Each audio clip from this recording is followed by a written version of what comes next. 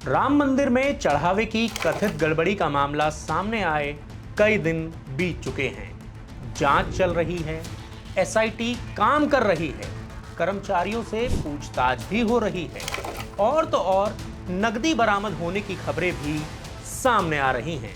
लेकिन इन सबके बीच एक सबसे बड़ा सवाल जो लगातार बना हुआ है वो ये है कि एफआईआर कहां है। और शायद इसी सवाल को समझने के लिए एक दूसरा सवाल पूछना पड़ेगा। अगर ये मामला राम मंदिर का नहीं होता तो क्या तब भी ऐसी ही प्रक्रिया होती, यही प्रक्रिया सामने आती? अब जरा कल्पना कीजिए, अगर यही आरोप किसी विश्वविद्यालय पर लगे होते, किसी गैर सरकारी संस्था पर लगे होते, किसी दूसरे बड़े ट्रस्ट पर लगे होते या फिर किसी विपक्ष शासित राज्य के किसी प्रतिष्ठित संस्थान पर लगे होते, तो क्या तब भी 10 दिन तक एफआईआर का इंतजार होता?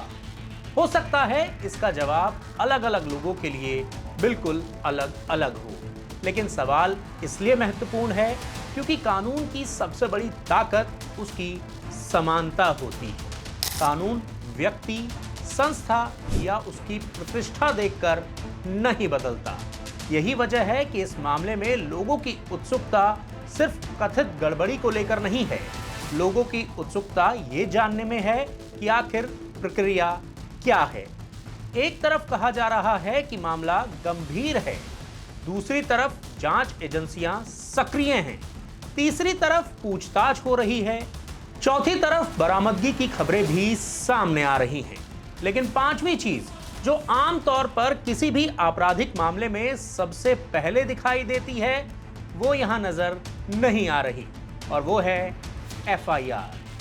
पुलिस और प्रशासन का कहना है कि पहले एसआईटी यानी कि स्पेशल इन्वेस्टिगेशन टीम तथ्यों की पुष्टि करेगी। ये पता लगाएगी कि वास्तव में हुआ क्या है, किसकी क्या भूमिका थी और आरोपों में आखिर कितनी सच्चाई है। तर्क अपनी जगह हो सकते हैं, लेकिन तब भी सवाल खत्म नहीं होता क्योंकि आम नागरिक का अनुभव कुछ और कहता है। आमतौर पर पहले शिकायत दर्ज होती है, फिर जांच आगे बढ़ती है। कई बार तो बहुत छोटे छोटे मामलों में भी तुरंत ही एफआईआर दर्ज हो जाती है और उसके बाद महीनों जांच चलती रहती है। ऐसे में जब देश के सबसे चर्चित धार्मिक संस्थानों में से एक से जुड़ा मामला सामने आता है तब अलग प्रक्रिया दिखाई देती है। तो फिर सवाल उठना एकदम स्वाभाविक है। भारतीय जनता पार्टी की सरकार को क्या चोरों को बचाना है या डकैतों को बचाना है? चंदा चोरों को बचाना है, चढ़ावा चोरों को बचाना है, या किसको बचाना है जो एफआईआर नहीं करा रहे हैं और एसआईटी की गठन कर दिया? और एसआईटी का गठन भी तो शायद कहीं ना कहीं अपनों को बचाने के लिए किया होगा, ऐसा माना जा रहा है। और अगर सच में इन पापियों को पकड़ना चाहती है भारतीय जनता पार्टी की होगी सरकार, तो इनके खिलाफ पहले एफआईआर करनी होगी ताकि संवैधानिक प्रक्रिया चालू हो सके। एसआईटी किस बात की जांच कर रही है? बिना एफआईआर के जांच तो बेईमानी है। क्या एसआईटी बना के उस महा अन्याय जो राम भक्त लोगों के साथ किया गया है उसकी लिपापोती करने की कोशिश है, या इसमें इतने बड़े नाम शामिल हैं कि जिनको टारगेट नहीं किया जा सकता, जिनको आरोपित नहीं किया जा सकता है, उनसे डर गई है सरकार? ये जवाब सरकार को देना होगा, क्योंकि राम मंदिर एक आस्था का विषय है। आस्था के साथ जिन लोगों ने खिलवाड़ करी है उसका जवाब जनता मांग रही है।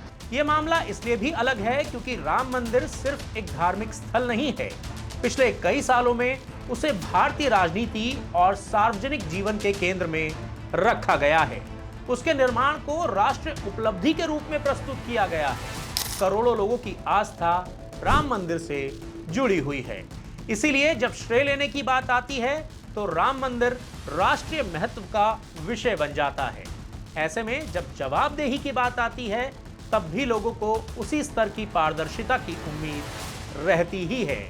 आज विपक्ष सवाल पूछ रहा है, सरकार जांच की बात कर रही है, राजनीतिक बयान सामने आ रहे हैं, आरोप और जवाबी आरोप भी दिखाई दे रहे हैं। लेकिन इस पूरे शोर के बीच सबसे महत्वपूर्ण सवाल एक साधारण श्रद्धालु का है। अगर गड़बड़ी नहीं हुई तो साफ तौर पर बताया जाए, अगर हुई है तो जिम्मेदार कौन है ये भी बताया जाए। अगर जांच चल रही है तो उसकी स्थिति सार्वजनिक की जाए और अगर एफआईआर नहीं हुई है तो उसका कारण भी साफ साफ बताया जाए। क्योंकि आखिरकार ये सिर्फ पैसों का मामला नहीं है, ये भरोसे का मामला है। मंदिर में दान देने वाला व्यक्ति सिर्फ पैसा नहीं देता, वो अपना विश्वास भी देता है और विश्वास तभी मजबूत रहता है जब व्यवस्था सवालों से बचने के बजाय उनका जवाब दे। इसीलिए इस पूरे विवाद में सबसे बड़ा सवाल रकम का है ही नहीं, राजनीति का भी नहीं है। सबसे बड़ा सवाल यह है कि क्या इस मामले में उतनी ही पारदर्शिता दिखाई जा रही है जितनी इस संस्था के महत्व को दिखाते हुए दिखाई जानी चाहिए। और जब तक इस सवाल का साफ तौर पर जवाब नहीं मिलता तब तक एक और सवाल बार बार सामने आता रहेगा। अगर यही प्रक्रिया किसी दूसरे संस्थान में हुई होती तो क्या बिल्कुल ऐसा ही होता? क्या तब भी एफआईआर 10 दिनों बाद भी नदारद रहती? सवाल बड़ा है। यूपी में इसी से जुड़ी एक और बड़ी खबर सामने आ रही है जो अगले साल होने वाले विधानसभा चुनावों पर बड़ा असर डाल सकती है।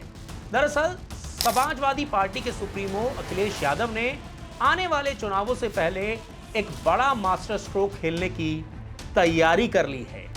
अखिलेश अपनाएंगे पुराना फॉर्मूला। यूपी में सपा करेगी बड़ा खेला।